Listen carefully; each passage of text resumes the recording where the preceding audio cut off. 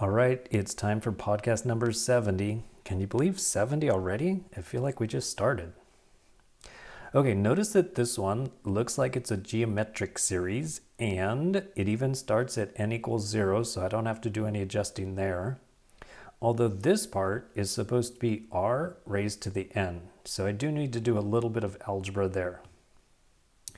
So the sum n starts at 0 to infinity, that's good news. And then because each one of these is raised to the n, you could just make one big fraction and say the whole thing is raised to the n, where it's got x plus 2 on the top, and it's got a 2 on the bottom.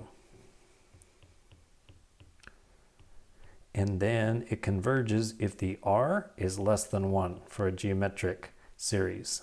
And the r in this case is that x plus 2 over 2. So if you put it in absolute value, and say x plus 2 over 2 has to be less than 1 in absolute value. Then use algebra to solve for x. So one thing you could do is, in order to get rid of the absolute value,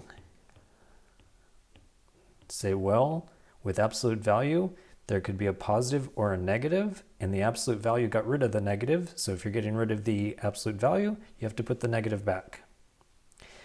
And then just get something like a red pen where you could go multiply by 2 and multiply by 2 and multiply by 2 so that these will cancel. It leaves us negative 2 on the left, x plus 2 in the middle, and then a 2 on the right.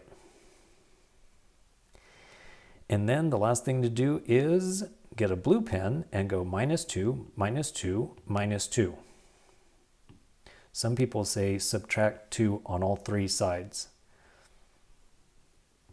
Anyway, this is a negative 4, this is x, and this is 0.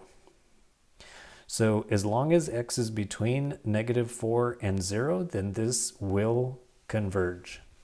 And what we're going to be doing in the future is treating these as functions, just like we have, a function x squared. And then you could plug in different values of x and see what it equals. Well, that's what we're going to be doing in the near future. So you could plug in things like a negative 1 for x, and then you could find out what it equals. But basically this one is saying, as long as x is between negative 4 and 0, then it converges. Or if you want to write it in interval notation, then from negative 4 to 0 with round parentheses is where it converges.